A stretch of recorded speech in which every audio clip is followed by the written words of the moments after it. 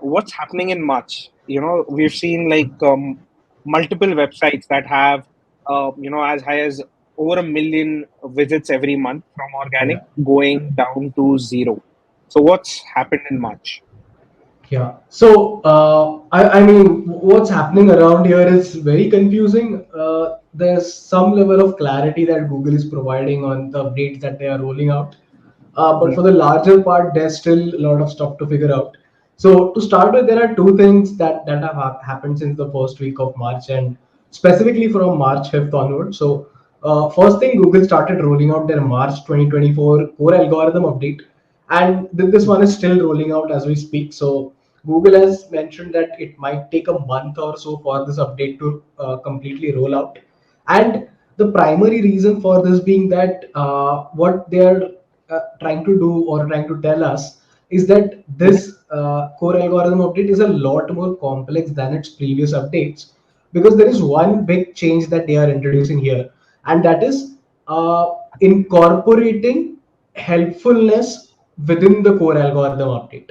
So helpful content system will not be a standalone system as such, but rather it would be part of the core algorithm that Google is running for its search. And the algorithm will have its own parameters, albeit complex, which are not easy for us to understand, but that will lead a lot of the way in terms of how content will be judged in terms of its helpfulness to the users. Second thing, they also started rolling out the March 2024 spam update, and Mhm. this update finished rolling out on 20th of March. And there are three interesting highlights of this update that Google has publicly talked about. And Mhm. what's happened here is they have added three new spam policies. First one is the expired domain abuse, and what this essentially refers to is SEOs or a lot of internet marketing folks using high authoritative expired domains and then redirecting them to their websites. So Yeah. conceptually, Google is not against doing this, but what they mean here is let's assume you are able to get hands on a very high authoritative domain in the medical space, which has a lot of Okay. high quality and high authoritative backlinks. And let's say you run a news entertainment website.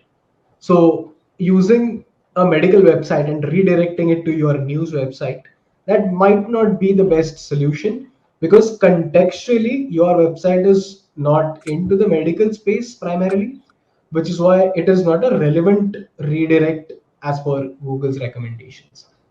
So Got it. But while you with can, respect yeah. to, say, expired domain abuse, is it very common for Google to create a policy on it? Is it something that we've seen SEO agencies and even, say, SEO folks in a publisher office abusing it very often to draw Mhm. traffic? So primarily, this policy comes after a lot of experimentation within the gray hat and the niche website building community. So publishers, not specifically large scale publishers, but people who are operating within certain niches, specifically focusing on affiliate content. Got it. These people within the SEO community or overall content community have abused the 301 redirection, domain level redirection tactic a lot. And over time, it has become a nuisance for Google to not have relevancy being passed from an expired domain to the new one. Got it.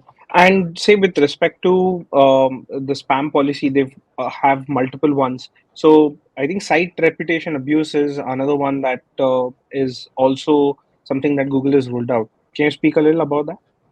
100%. So, site reputation abuse basically refers to nothing but specifically when you have an authoritative website, but you are using it for malicious purposes. Not malicious as such, but something like offering sponsored or advertised content without giving an explicit guideline to the readers about it. You can consider this as a more glorified way of selling backlinks from your website. Got it. And So would that mean paid backlinks? I think Google has never had a positive view of that. It's always yeah, had an impact on paid backlinks. They've Correct. dropped rankings. They've Yeah. probably had manual actions added to it as well. So it's basically a move to strengthen this and to discourage bloggers from doing this. Well, that's one way to put it, definitely. But the larger goal here is what people have been saying for a very long time is, if you are a bigger brand and if you are engaging in a borderline gray hat tactics, it doesn't affect you as much as this as if you are a smaller publisher. Okay. So specifically, what with the site reputation abuse policy, what they are trying to do here is avoid parasite SEO tactic being explored a lot. Got So it. So, what is parasite SEO tactic? Please, if you well, could yeah. So clear that basically, up. how parasites work, right? I mean, they'll latch onto a host and then Hmm. get power from the resources of that host. That's how a Got it. parasite grows. So in the same way, a smaller website or a smaller brand will get backlinks from a larger brand or a larger publisher, and that Got it. way that contributes to added authority for them. So a couple of examples of parasite SEO can also be Reddit, which Hmm. enjoyed like a crazy boost in terms of visibility since November, December last year. Same thing with LinkedIn Pulse, where LinkedIn opened up their platform last year for Google to crawl and access. And in the past year, we have seen LinkedIn Pulse's visibility in Google search explode massively. So Got that's it. also a few examples. Yeah. Got it. And one Interesting. specific interesting example that I would like to put here, there was a very well-known Indian publisher that Hmm. got flagged internationally for being a heavy parasite SEO. So I think that they were like people selling backlinks on that publisher's website for 200 to $50 per link. So that was massively flagged. I think probably they have stopped it or become very selective about it now, because I don't see as many people talking about it. But that was a very big thing that we have seen in the past 6 months happening. Yeah. Got it.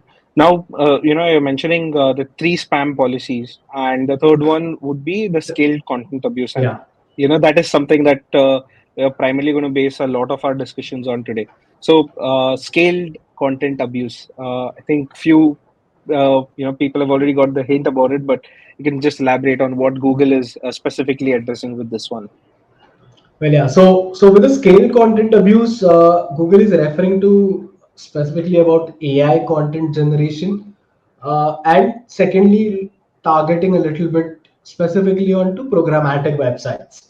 Because if you have a programmatic approach to creating content, and AI definitely aids in creating content at Yeah. scale, which is why Google wants to block it at the curb, make sure people are not abusing it left and right, and there's a very healthy use of AI within content creation, or within the whole of your website operations. And what Google is trying to tell here is they are not specifically saying that they are against AI, but they are Hmm. against manipulative use of AI. So if you Okay. are just using AI to create unhelpful or content that is not valuable to the end user, that is not something Google is in support of.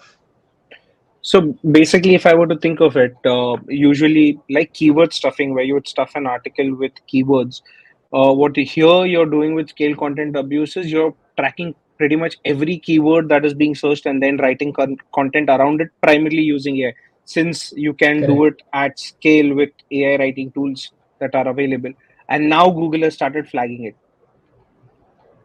But Yeah, does that's Google still exactly right. main? Yeah. But Google, does it still maintain that if the content is helpful and it is being created using AI, is it fine with ranking it and indexing it, Well, or yeah. has Google So changed that stance?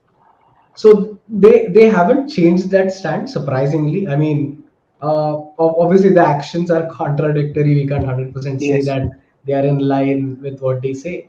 But what we can take away from the updates that are happening right now is that if you're using AI content smartly, you're applying more human resources to refine that content, make that content valuable to humans, have a unique perspective on that, then I don't think Google is still against that. Mhm. But yeah, to be honest, there are probably very few to zero examples which can actually back this recommendation from Google. So my stance on this still stays that be wary of AI Yeah, while using. within your content creation approach. Yeah. Got it. Because if even if we look at how AI generated content is produced, it's pretty much using the knowledge that's available out on the web, using it as their primary source of information, and then rehashing. I think that's the best way of Exactly. putting what AI is doing. It's rehashing content. So it's pretty much not going to bring in a unique perspective. Neither is it going to get any new point of view across. So I think for it probably does not check Google's helpful content guideline, because of which Yeah. it's getting flagged.